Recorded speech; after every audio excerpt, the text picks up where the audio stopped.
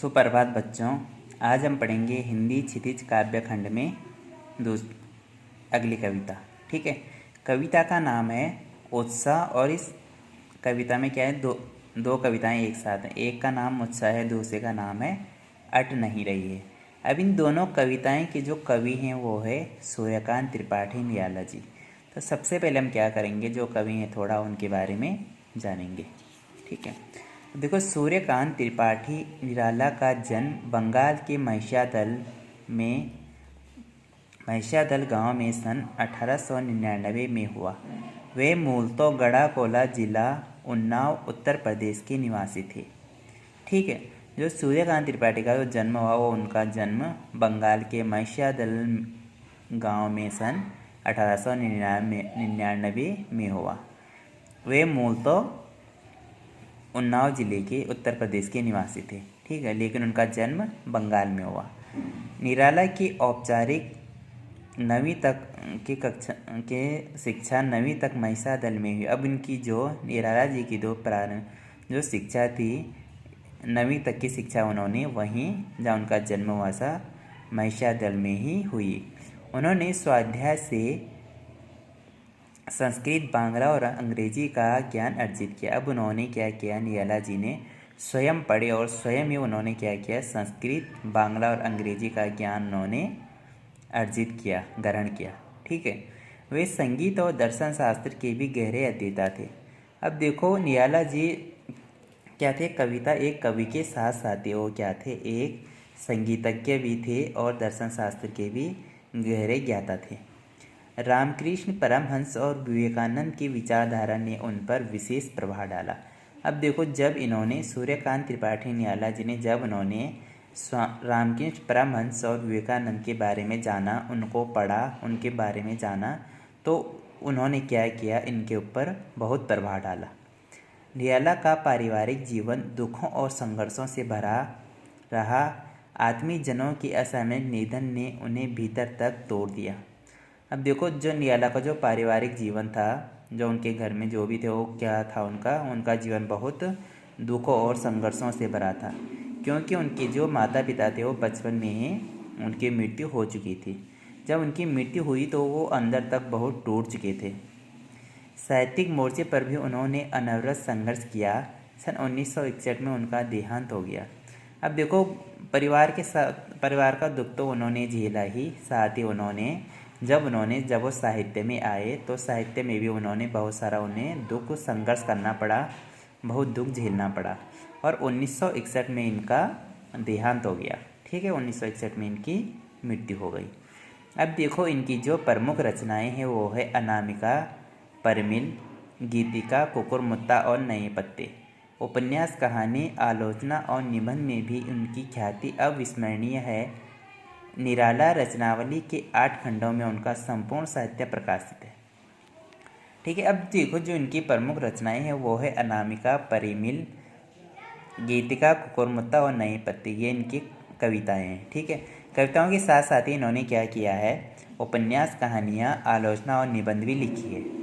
ठीक है, अब देखो बच्चों जो एक कविता है उत्साह, इसमें सूर्यकांत त्रिपाठी निराला जी ने क्या किया है, बादलों को संबोधित किया है। ठीक है, बादलों को संबोधित करके कह रहे हैं कि बादलों तुम क्या करो, आओ और पूरे आसमान को घेर लो, फिर गरजो। ठीक है, चलो तो अब हम कविता को शुरू करते हैं। देखो कविता है उत्साह। ठीक है, उत्साह जैसे नाम से ही पता चल रहा है, उत्साह का मतलब क्या है, बहुत ज़्यादा किसी काम को करने की ललक होना, उत्साह होना।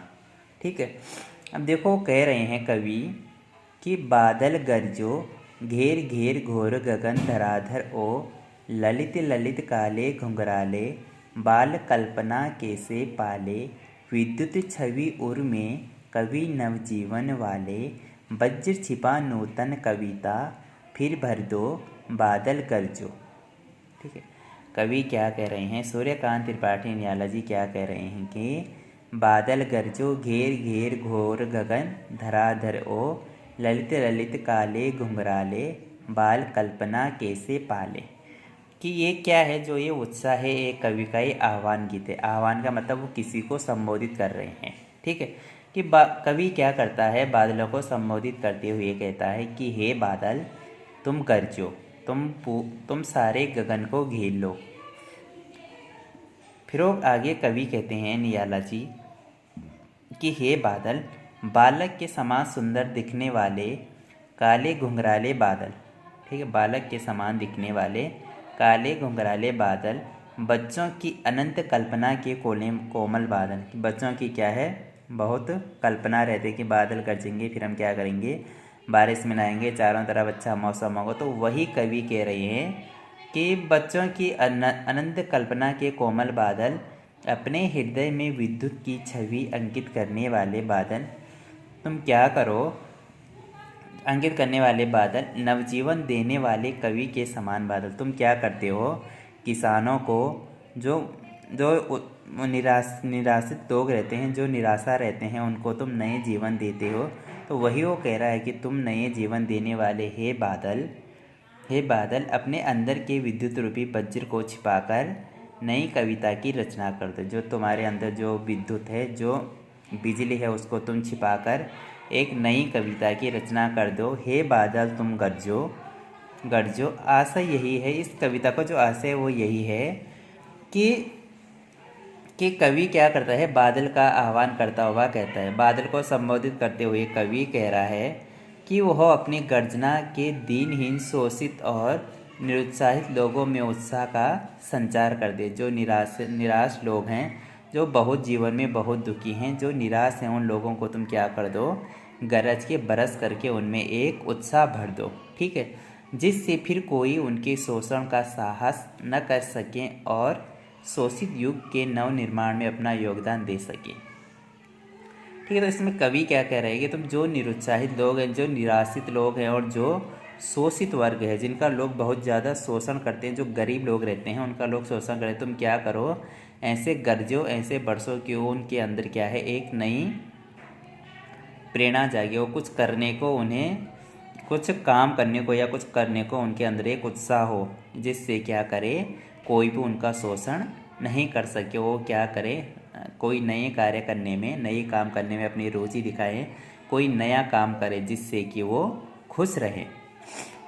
ठीक है, आगे कहते हैं कवि कि विकल विकल उन्मन थे उन्मन, विश्व के निधाद के सकल जन, आए अज्ञात दिशा से अनंत के घन, तप्त धरा जल से फिर शीतल कर दो बादल गरजो।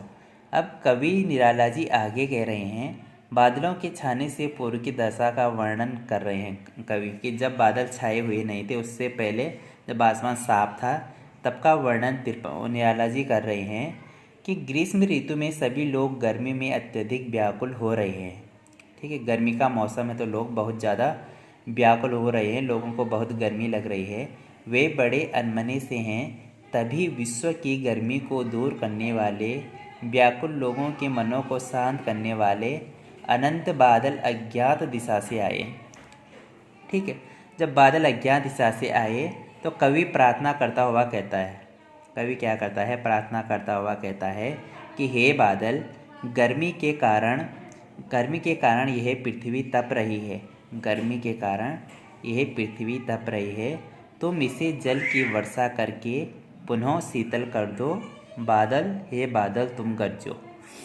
ठीक है, तो क्या कह रहे हैं, अभी दूसरे पद्यांश में कवि वो क्या करता है, बादलों के छाने से पहले की दशा का वर्णन करता है कि धरती के जो लोग हैं वो गर्मी से तप रहे हैं, और उन लोगों को तुम क्या करो, अज्ञान दिशा से आओ और शांत हो करके गरजो बरसो, जिससे कि इस धरती में रहने वाले लोग जो गर्मी से तप रहे हैं उनको शीतल कर दो, उनको फिर क्या होगा, वो एक ठंडा सा महसूस करेंगे, उनको गर्मी नहीं लगेगी। ठीक है, इसमें वो ये कह रहे हैं। अब जो अट नहीं रही है उसे हम पढ़ेंगे अगली वीडियो में।